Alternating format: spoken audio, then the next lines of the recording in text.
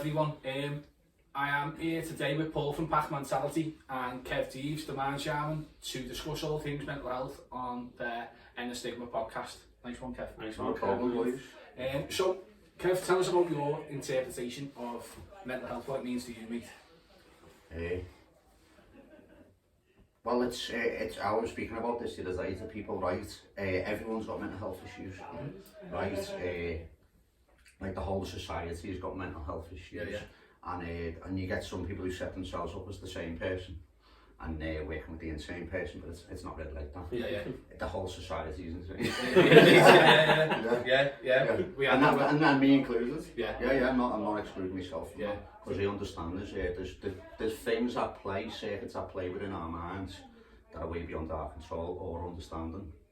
So that's what mental health is to me. I think we had that situation where we were at McDonald's the other day, didn't we? You certainly did, brother. Is that what you mean, the hypocrite? Right, so I'll tell you the story. It's a great one, isn't it? Right, so we go to County Road Mackey's for a coffee in the morning. We went and got one in the morning anyway, didn't we? And then we thought we'll go back there in the day because it was so much fun in the morning. So we went back in the afternoon, right, and there's like 20 Deliveroos. There's 20 Deliveroos there. There's about at least 40 staff. Right, they're all wearing plastic, they're all wearing the mask, they're shoulder to shoulder, and they're selling fast food. I reckon most of them eat fast food, but I was the one endangering people's health. That's what they said to him. Because I said, when they said, have you got a mask on? I just said I'm exempt and all that, and then it's like, she said, you're endangering people's health. I was like, you hypocrite. You're working at McDonald's. You know what I mean? How can you say I'm endangering health? But this is what I mean about society being insane. They're literally selling food that is, everyone knows is terrible for you. Everyone knows, right? But I'm endangering people's health by not wearing this stupid piece of cloth over my face. That's ridiculous to me. That's not sane. Not sanity. But the thing is, we're expected at the moment to swallow some things like that as sanity. But it's like, so someone who's got good physical health, you know, you'll take advice off them. Someone who's selling fast food and they're offering health advice, it's like, well, no, I'm not really going to take that off you. You know what I mean? No, absolutely, mate. Absolutely. I've come across it myself, mate. I don't wear a mask, to be honest, and you know, each to their own, mate. I don't disagree with it. If people don't want to wear it or they do want to wear it, let them do what they believe is right for them. But where does it end? Where does it end, mate? If you go into a narcissistic relationship with a person or a government, it only ends when you say. Otherwise, they will keep you going backwards and forwards for the rest of your life. Exactly. And if we keep wearing them now, when we know there's no viable reason for us to, we all know. Right? And it's to do with numbers. It's nothing to do with conspiracy theories. It's nothing to do with that. It's to do with numbers. According to the Office for National Statistics, the overall mortality rate in 2020 was higher than 2019, but lower than 2018. Because it remains a sort of constant, doesn't it, with like a discrepancy of maybe 30, 40,000, but then that is what it is. But then, in my opinion, mate, I sort of think, I stand up for what I believe in, and I don't wear one, you know what I mean, because I don't feel like it benefits me. I'm in the gym all the time, I train and I do these things, mate, but I sort of, it's up to other people to do what they want to do. I can't change what other people do, you know what I mean? No, I can only look after me and my family, essentially. I have my own opinion, you know what I mean? I'm the same, but I've got my 14-year-old in school. And he's like, they're making him test twice a week and you put a mask on. And it's like, that's child abuse. My lad's 14 as well, and we've basically taken him out, you know, at the minute, mate, but he doesn't wear a mask. And he hasn't been tested.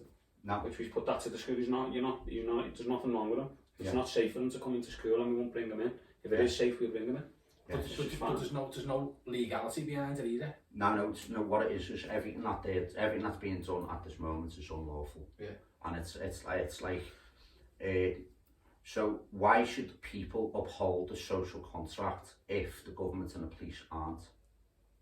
Why are they allowed to change and move goalposts constantly and people just are expected to swallow it? I'll give you a great one, mate, of what will be getting dealt with tomorrow. Is they've got my lad sitting in school, right? Which is, I think, is disgusting. He's sitting in school, windows open, no heating on. It's below 10 degrees in the room. Now the law is that it's 16 degrees in the classroom or workplace.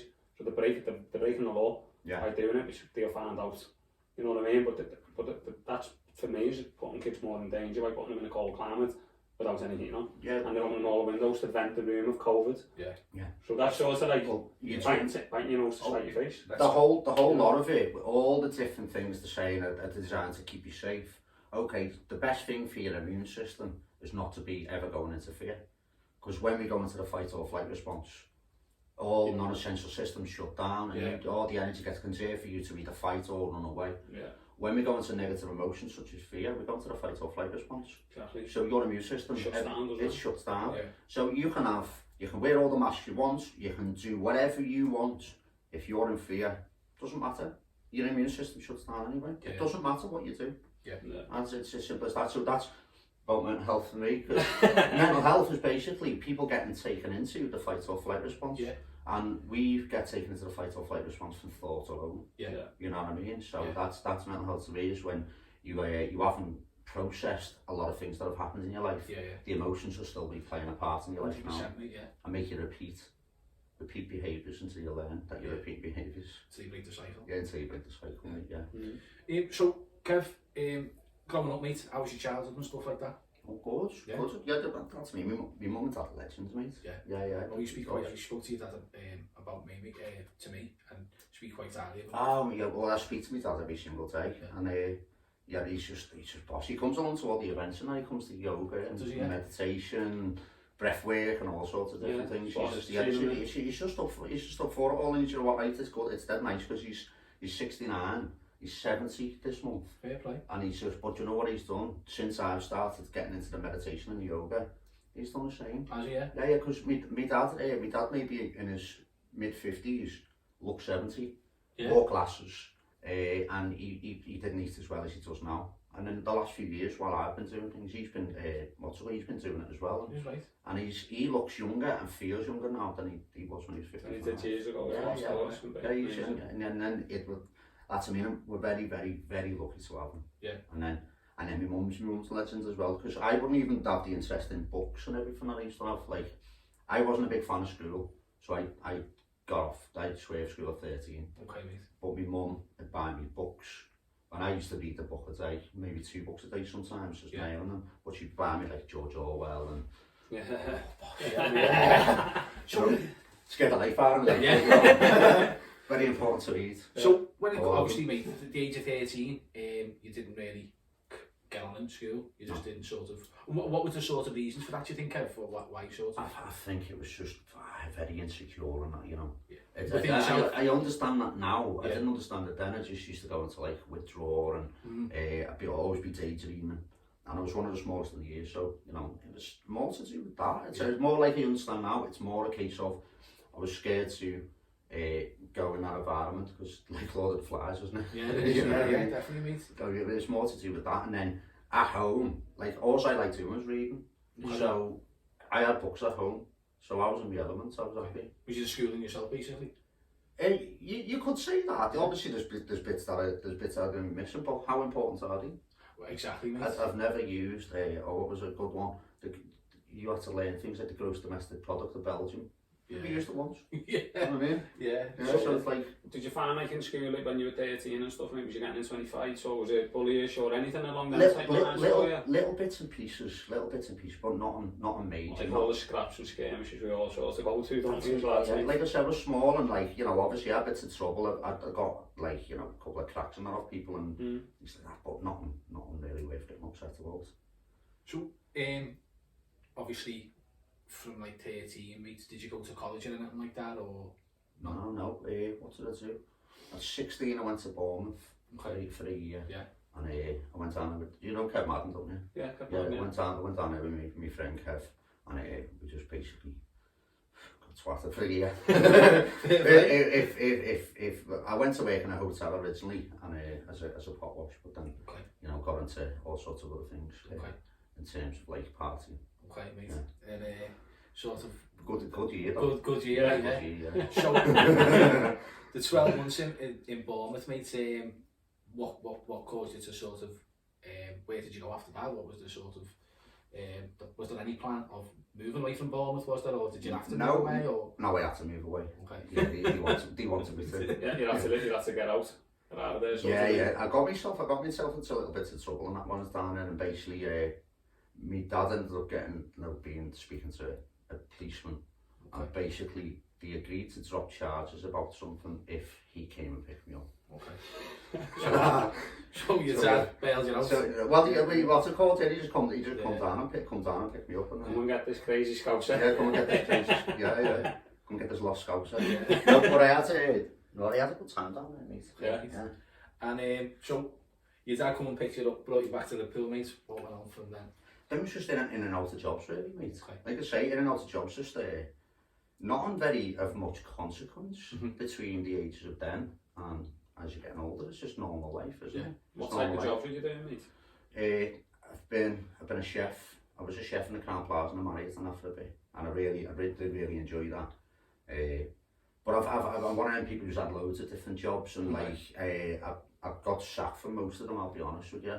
And at the time, I always blame them. Yeah. But I understand now the reason why is because it was always my attitude. Yeah. Always. But I only understand that now. Yeah. At the time, you don't understand it. And was it anything to do with that you just didn't find the thing that you really wanted to do? I was angry. What do you mean? Yeah, but it's just like irrational anger that weekend. Okay. Like you were saying about mental health, it's your patterns get set early when you're young. Yeah. And then the same patterns are still present when you're 30. Of course. And you can still get triggered when you're 30. The same patterns are still there unless you develop an awareness of them. Yeah. And all I've done now is develop an awareness of them. And do you think that just comes with age, mate? Being able to develop an awareness? I think so. I think it did for me, yeah, because I think we go through loads of death and rebirth throughout our whole life. Yeah. But the one that came when I was 33 was one I was aware of. Yeah. So it's like I understood I was going through some sort of process, and then I'm still studying now and trying to understand the process now, because a lot of people are going through the process. Of course, mate. And I put it down, this one down, me being more sensible now too. As you get into this age, the testosterone slows down. Yeah. And then you can go into like an existential crisis where you start thinking about life and thinking about what you need to do before you go, and if you think... Thinking about death a little bit maybe, creeps in there, does it? No, see, I'm not really bothered about that. I'm not really bothered about, because I've been to, I've had enough psychedelic experiences to have escaped out my body. I'm looking forward to it, to be honest with you. Yeah. I'm more concerned with other people's deaths. Like, you obviously got the strongest relationships in your life, like your parents and your little people. I'm more concerned with them than myself. I think most of the biggest crisis is realising my mum and dad's mortality rather than my own. Yeah. Because like I say, I'm easy either way. You're easy. Yeah, that's it. I'll take things as they come.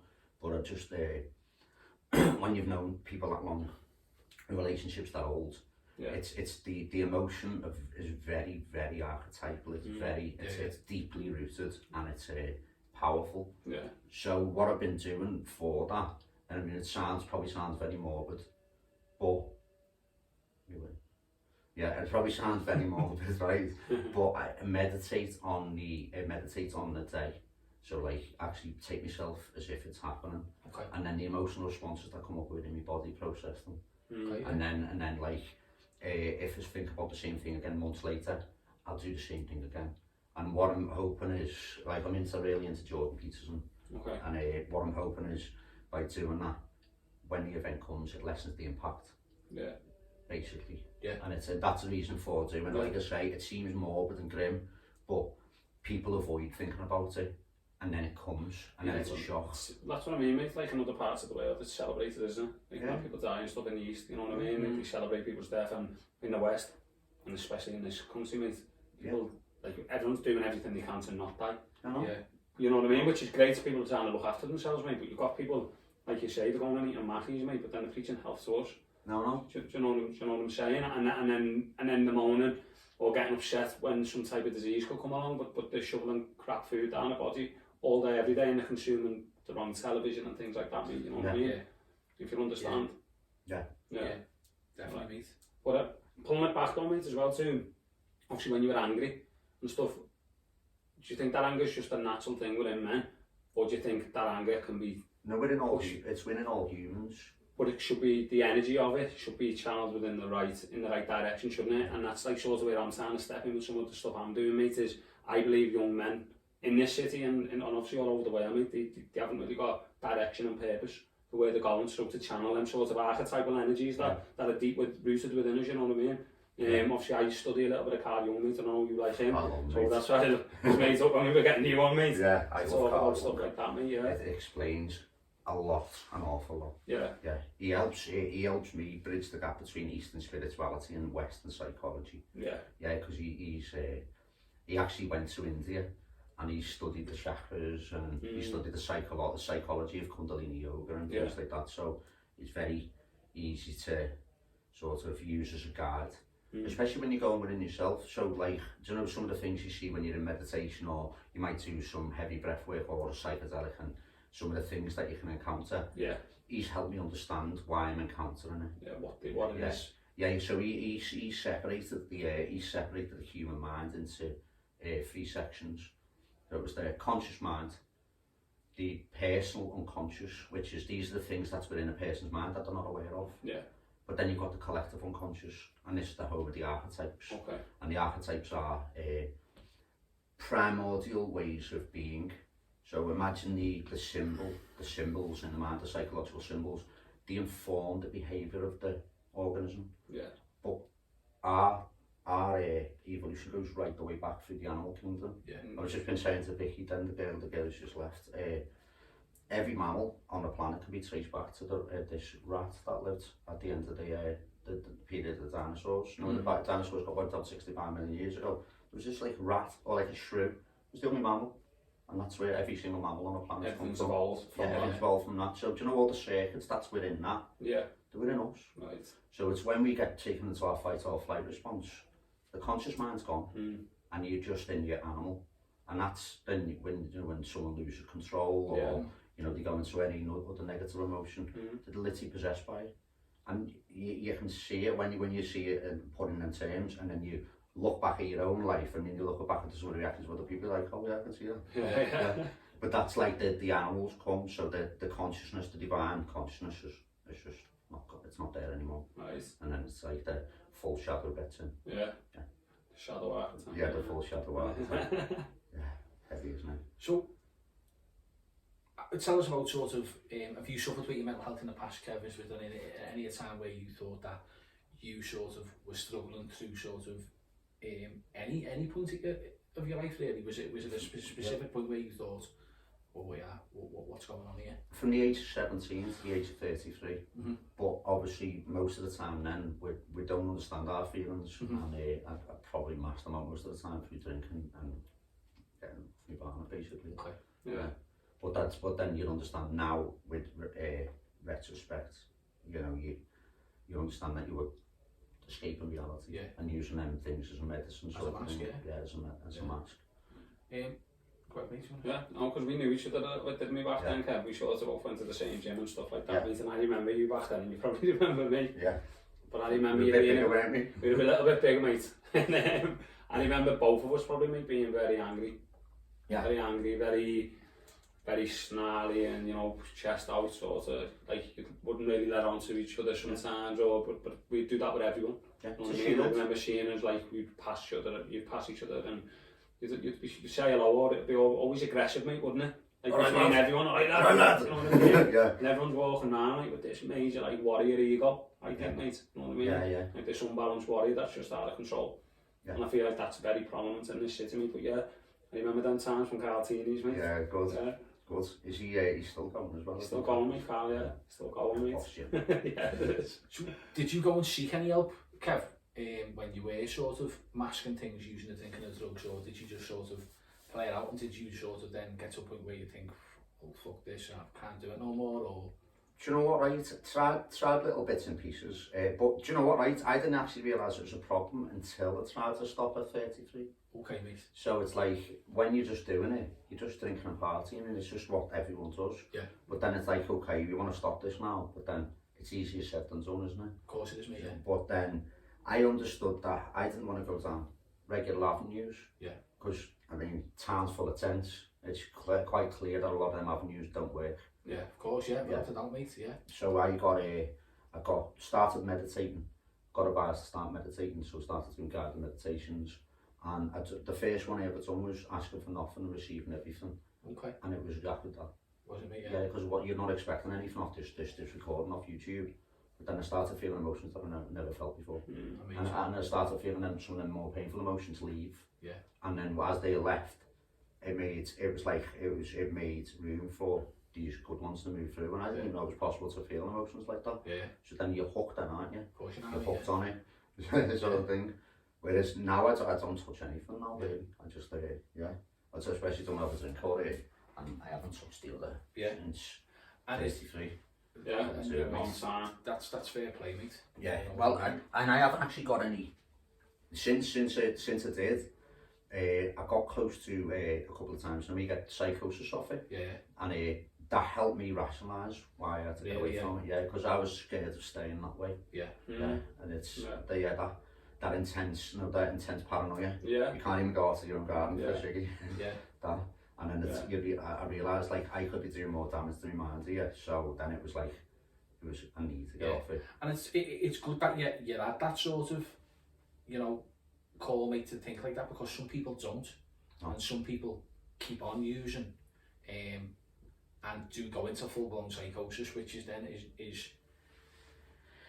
is not great, because you become involved in a system which you never really get out of, unfortunately. So so to speak, is that you get into a system where you're under the care of the mental health team, and I don't want to call them a mental health team or mental health services, because there is a need for them or a use for them, but there is no early intervention, is there? No. And I think that's what we're missing. Yeah, absolutely, mate. Yeah, emotional intelligence should be before intellectual intelligence. Without me. We should be getting to it, mate, early, shouldn't we? Yeah, because if you're not taking care of the person's emotions, to me, it's like building a house by putting a roof on first. Yeah. Because the emotions are the foundation of your mental health. Yeah. And it's like, you can go and learn whatever you want in any college. Yeah. You can go and learn as much information as you want, but if you fall into your emotions, then what you've learned is useless. We're learning our own journey ourselves, aren't we? Of course, yeah. You know what I mean? Especially with the meditation and stuff, mate, that you can learn what you want, but obviously you've got to deal with your own traumas that have gone on throughout your life, mate. But now it seems like you've got more traumas, but you haven't. You're just aware of them. Like back in the day, it was like just a mix of all these feelings that you didn't understand, whereas now I can categorise. I think I've done for the courses, I've categorised at least 65 the emotions just to learn about them, and there's 115, you know what I mean? So but I've tried to learn quite a lot about them. So obviously when I'm working with other people and I feel this, they might say I feel this feeling, but I'm not too sure what it is, so I'll ask how the feeling's characterised, and then from that you can give them more of a clue of what to do with it. Yeah, of course. So obviously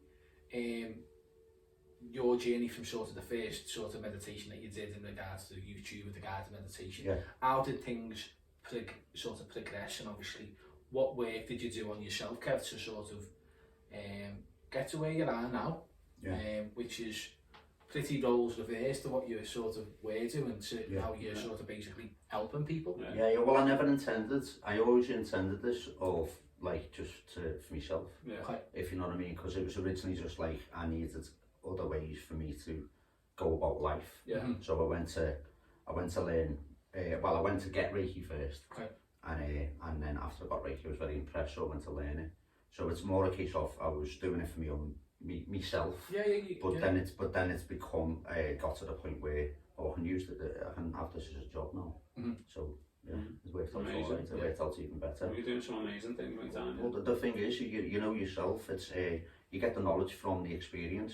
So if you've had mental health issues from the age of 17 to the age of 33, and then you find ways to overcome it, well, you can get other people in a similar situation and provide them with your map. Well, here's what I've done.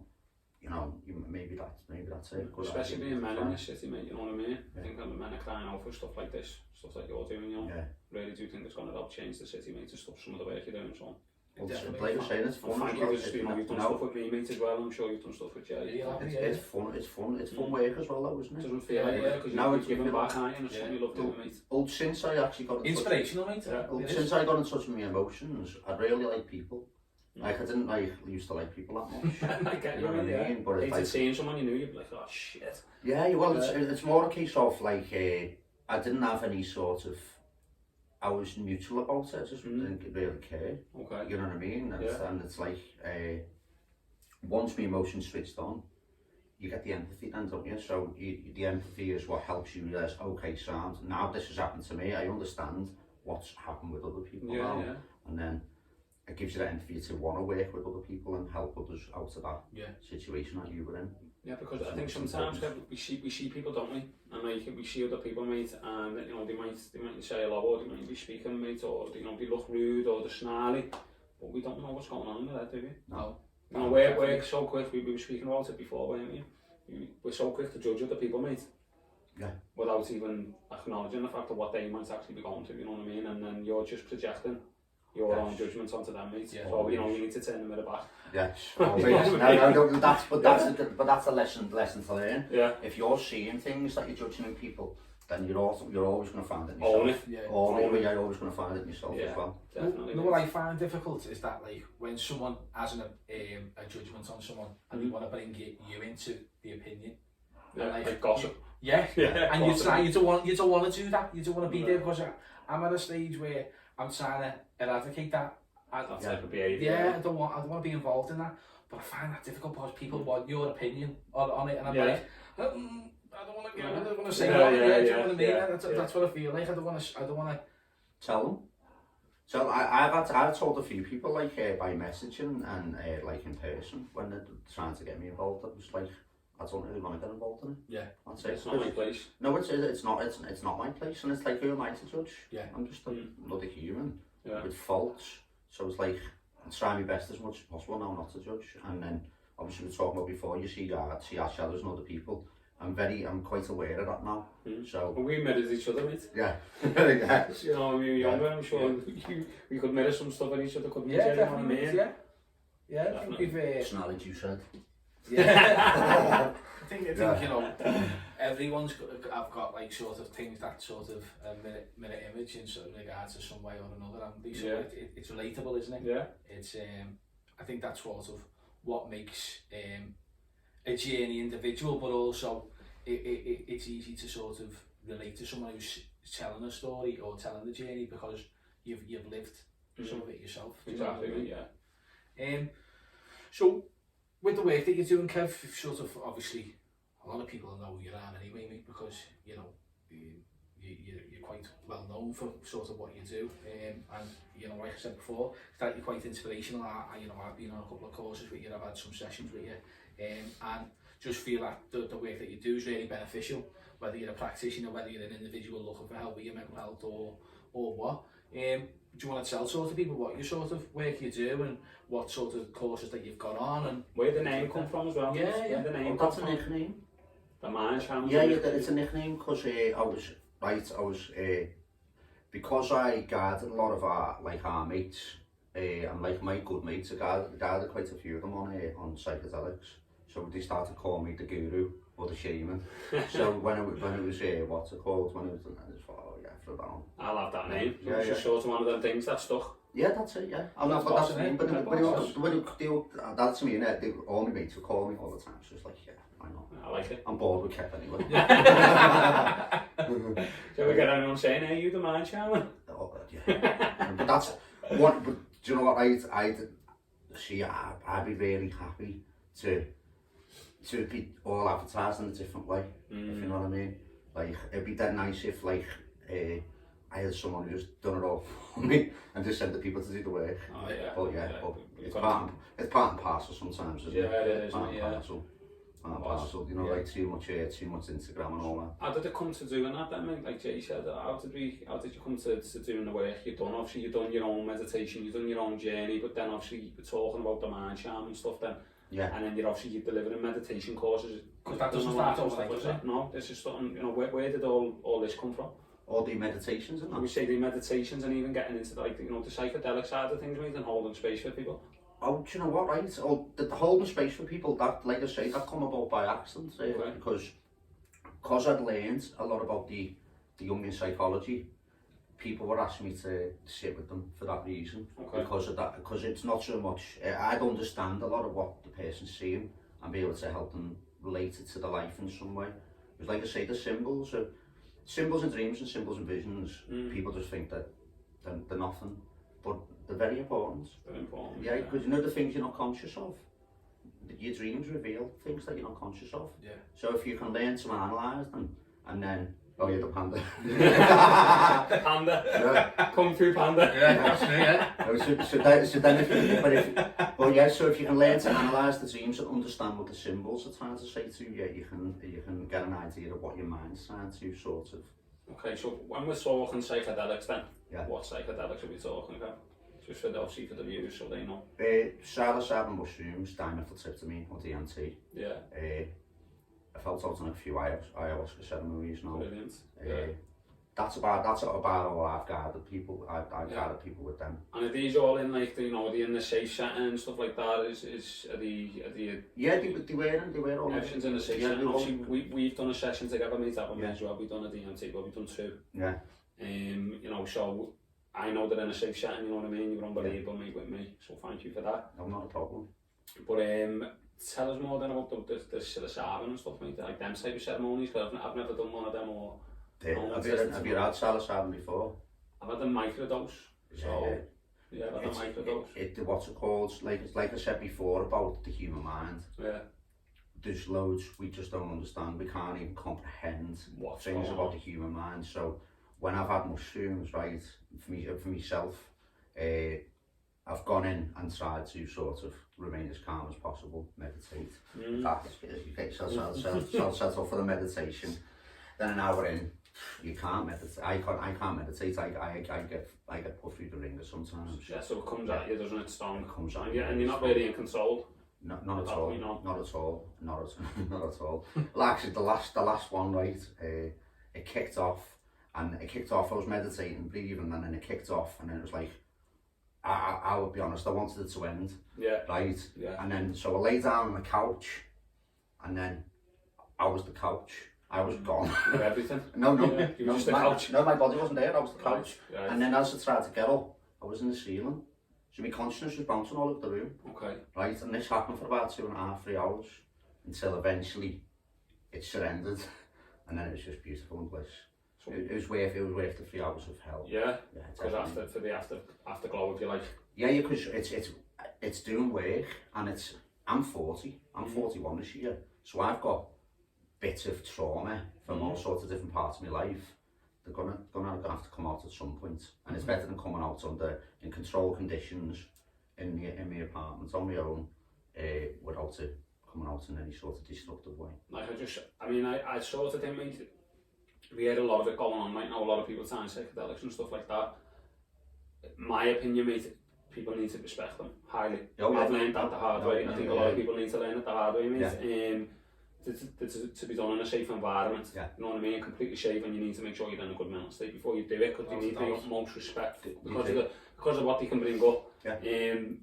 Obviously, what's your take on them, Jay, coming from like, you know, a mental health aspect on psychedelics, you know, like just in terms of, mate, I mean in terms of like say in America and stuff under the FDA, Yeah. they're in like phase 3 clinical trials, and they've been legalised in some states, you know what I mean? I sent you a post. No, for depression and Yeah. for depression and stuff like that. Yeah, Like, what's your take on that, mate? Where do you think things should maybe progress in this country Yeah, instead of looking If into you've got things? to, I totally agree with that. I think that's sort of we've got to at least try it for the simple reasons that today's pharmaceutical medication is. It's failing. Of course it is, Yeah, mate, it's because fair. the amount of people who are on antidepressants. Yeah. It's either there's one of many things. It's either poor prescribing by the GP or the psychiatrist, Yeah. or that pharmaceuticals as for antidepressants are just not helping. They're the only things it can be. They should with things like anxiety. PTSD is Yeah, something like yeah, that. you should try, but with anxiety and things like talking about in the mental health services, they shouldn't have someone coming with something like anxiety is minor compared to some mental health issues. Yeah. Right, and anxiety can be dealt with through meditation and taking up 100%. maybe fitness Yeah. or something like that. It can be done that way. I think it's That's early intervention, Kevin. Early intervention. I think it's a big mistake to put someone who's having anxiety or just like minor mental health issues, putting them on anything. Yeah. Because then it can become a bigger problem. But obviously, I understand pharmaceuticals have got a use for people who need to be brought back to balance, who are in a really bad place. 100%. You know what I mean? Yeah, they're too quickly dished out, aren't they? Yeah, because I think we have to find a balance between culture and nature, because they're trying to just rely fully on the pharmaceutical industry to make us better. But like you said before, like loads of medicines are fucking brilliant, amazing. Of course. But there's loads that aren't. Yeah. It's, you know what I mean, and it's you got to find that balance, and you got to it's very profit driven. Whereas it's a business, but it shouldn't be. It should be driven by empathy. Of course. Otherwise, it's set up for failure. You're not getting a magic pill, mate. Either way, you know what I mean. And exactly, mate. And people, people might take me for instance. You might go on a trip and say, right, I'm going to try DMT, and you try it, and you think that that's going to heal you. That is not going to heal you. No. The afterwork and actually addressing what's come up is going to heal you. You know what I mean? So people can't be taking these things like irresponsibly, just thinking I'm going to have this and then I'm going to be cured, because that's not the case. No, it doesn't work like that. Yeah. You've got to have the psychedelic journey is only a small part. If you're going to go down that route, it's only a very small part. It's the preparation work and then the integration work afterwards, which is the important part. Absolutely, mate. I love that, mate. Definitely, should be done the right way. Yeah, definitely. Yeah, I think if it's sort of controlled and stuff like that, then I think it's something that should be done. Because is MDMA out? Is that out in this country yet?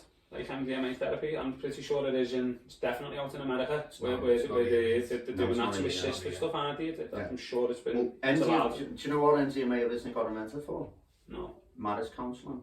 Was it? Yeah. And then I think it must have worked too well. Yeah, because you remember, because when it got made illegal, that was the time when the excuse meant to be really good. And they could half the door staff, couldn't they? Because no one was fighting. Everyone's happy. And that's not what they wanted, mate. Not at all, mate. And with the pleasure rooms, I was saying to Jay before, pleasure rooms, mate, when it was just water only, there'd never be a fight. No. Water only, everyone would be upstairs, wouldn't he? And be on the tablets, right? Yeah.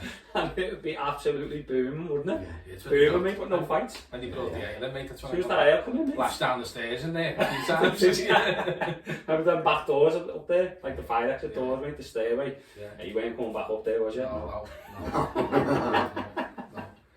So, tell us about what are the plans for the future, Kev, with the work that you're doing and stuff like that? I'm just going to keep on putting courses on, you know. Yeah. Yeah. Well, I like doing the course. I love the one-on-ones. Yeah. I love the one-to-ones more than anything. Yeah. But I'm putting a few courses on to obviously get a few people in at once. So I've got a meditation and breathwork course that I've been putting together for the last 4 months. Mm-hmm. But it's based on everything I've learned since 2012. Okay. And but there's a lot of like the scientific data in there. Because I wanted to make it so it appeals to the rational mind. Mm-hmm. If you know what I mean. So there's a bit of spiritual stuff in there, but it's a lot to do with the brain and a lot to do with the psychology. And there's a section on it, right? And it's because I love talking about this, more about yoga and stuff. So it's the one of the sections says patterns of symbolic representation. Mm-hmm. So it's about what you may encounter in a meditation. Do you know the way during the Reiki we learned about the chakras, the energy centers, right? Well, that interpretation is one individual's system that he's seen inside his own body. Mm-hmm. If you go in, you'll see something different. Paul goes in, you see something different. So will I. So like you saw when we were doing the attunement the other day, what did you see? Oh mate, I seen a rabbit, a rabbit touch with either ferrets or cats in. Yeah. And then I seen a fella who was this side of me peeping behind the door, but he looked like Lurch of the Addams Family. Yeah. Then I seen shadow that. What's it to say? Definitely. Yeah. Straight away. The hanging basket that ballooned. I seen that. Yeah. I seen that the hanging basket that ballooned from like it was like a dead plant into like a freshly new. So do you know where I've seen that same symbol before? It's when someone clears the roots and then they come up through the centres, and by the time it gets to the heart, it's a full bloom of flowers. Yeah. It's what it is. It's a symbolic representation of the consciousness rising. So if your consciousness is in your root, you're in your shadow, you're in your darkness, you're in your reactions. But if your consciousness rises up through the sacral into like the solar plexus where your self-esteem is. But then you come up into your heart and it's all about your experience. So the condition of your heart determines how you approach reality. So if you've got a closed heart, you're going to approach reality with a closed heart. Yeah. If your heart's too open, you're going to fall in love too quickly and end up with a closed heart because it gets broken.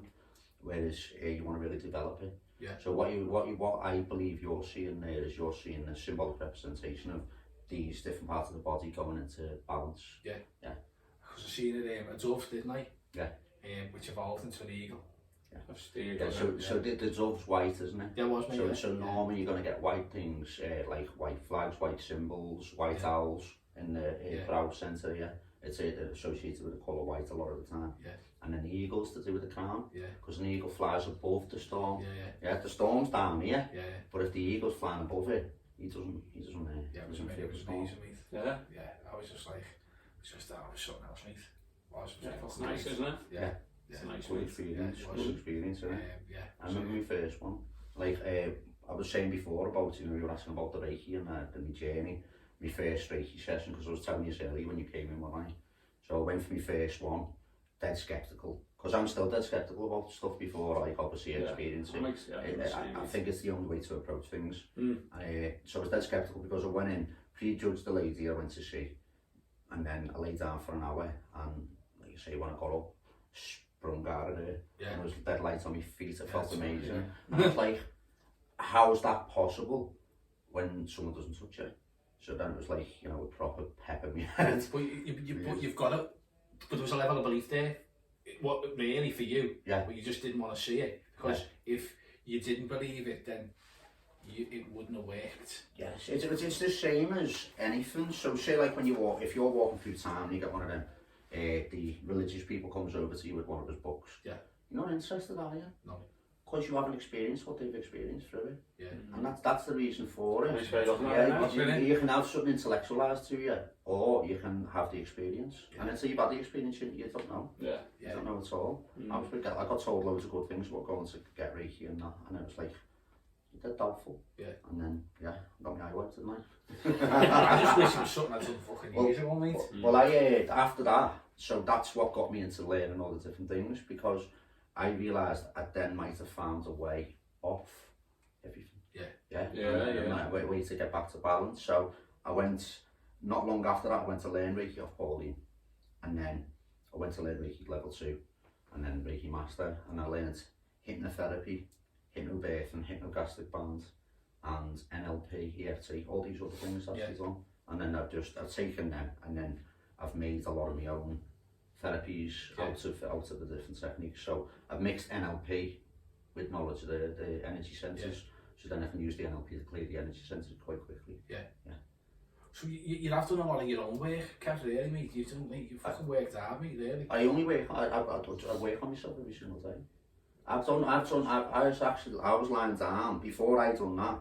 I done a 2-hour meditation line on the mat. Did you? Yeah, because it's just you're just trying to keep on improving, aren't you? Yeah. So I know I've got things I need to. Always gonna have things I need to work on. Well, the journey's forever, mate, isn't it? It is, it's a lifetime work, isn't it? So it's like, I've done a 2-hour meditation, and then I end up processing resentment and fear as well, because these are things that have been popping up the last couple of weeks. And I'm just like, obviously, it's awareness now, isn't it? Yeah. When doing this work, you still get emotions, of course, but you're aware of the emotions more, and you learn not to, like, I don't want to feel resentful and project it onto anyone. So if I'm aware I'm feeling the resentment, I'm going to process that resentment, because I know the resentment I'm feeling for that person isn't from them. It's the resentment I felt when I was a little boy. Yeah. It's the same feeling. Which is a lot of our feelings, they build up in childhood, don't they? From like the interactions with family and interactions with not born anxious, are you? Not born to be fearful, really, unless obviously it's probably in us to run from a target or something like that. That's your fight or flight mode, a natural instinct. But we're not born with anxiety and stuff, mate. But that stems back from like tribes and stuff. Tribal times, mate. Tribal times, mate. But obviously, how would you're talking about, like, you've looked at fear and resentment, mate. How do you work through them then? So I understand that everything in reality is a frequency. Okay. Fear is a frequency, resentment's a frequency, but so is love, gratitude and peace. Okay. So I'll use positive emotions to process negative emotions. It's from hypnotherapy actually. It's called using a positive resource. Yeah. So the reason why our body reacts so much to negative emotion is because the body doesn't know the difference between something real and something imagined. Mm. So if you can imagine something you're scared of, you can imagine something you're grateful for. Mm. But then you can place the thing you're grateful for in your right hand and place the thing you're fearful of in your left hand, and you use the tool in the right hand to process. And like, I'll be honest, when I first tried it, I wasn't expecting it to work, and it did. Although then I've been using it ever since. And then the NLP taught me, don't think about it a lot of the time, just go with what works. Yeah, don't overthink it. If something works, go with it. Yeah, and it's and another thing with NLP techniques, some work with some people, not with others, and then the other ones work with other people. Well, that particular one's worked with everyone pretty well. You know what I mean? Yeah, definitely. And then you can do that one in a way where you teach the person to do it themselves. You know, so I do a two-hour coaching sessions where I take people through the session, but I teach them the techniques while they're doing it. Or like the course that you've done where you're learning to be able to take people through the session. Aren't you? Yeah, it's amazing, mate. It's fucking great, mate. But all I've done with all these different techniques is I went at them the same way I went at the drug world. Experiment with anything I could get my hands on. So like NLP techniques, breathwork techniques, just like I say, find what works for you, mate, isn't it? Find what works for you. Talk about that one, the mind flow method, didn't I, on Saturday? Oh yeah, it's good. It's good, isn't it? Using it with a lad when he has like shut his toes at Tansom. And it's a book called Mind Flow Method by Tom McGalley, I think. And so you put your left hand up in the air like that, your right hand on your thigh there, and you can feel the energy. When you just do like that, in the end he like stopped on the Tansom, because he thought it was weird with the hands up in the air. Oh, it was really working, but it felt real to me, like No, you can see how, because it's everything is made of energy, and everything's surrounded by an energy field. We know that now, and it's like it's not disputable anymore. You know what I mean? And you're interrupting a thought pattern, mate, as well, aren't you? If you spun the Tansom and you tell someone to do something, like if you're having a negative emotion, and you think of something else, when that emotion's happening, like you could think of something positive, or what's this trying to teach me? It takes you away from the actual being in the emotion, doesn't it? Distract them sometimes. It's a good thing to do, because distract them. You distract them, tell them something that they love, or tell them like a good memory, and they'll change them, because they also, that's happened with the little ones, they've gone into fight or flight. And then it's harder for them to regulate, because they don't know that they're in fight or flight, the emotions just on them.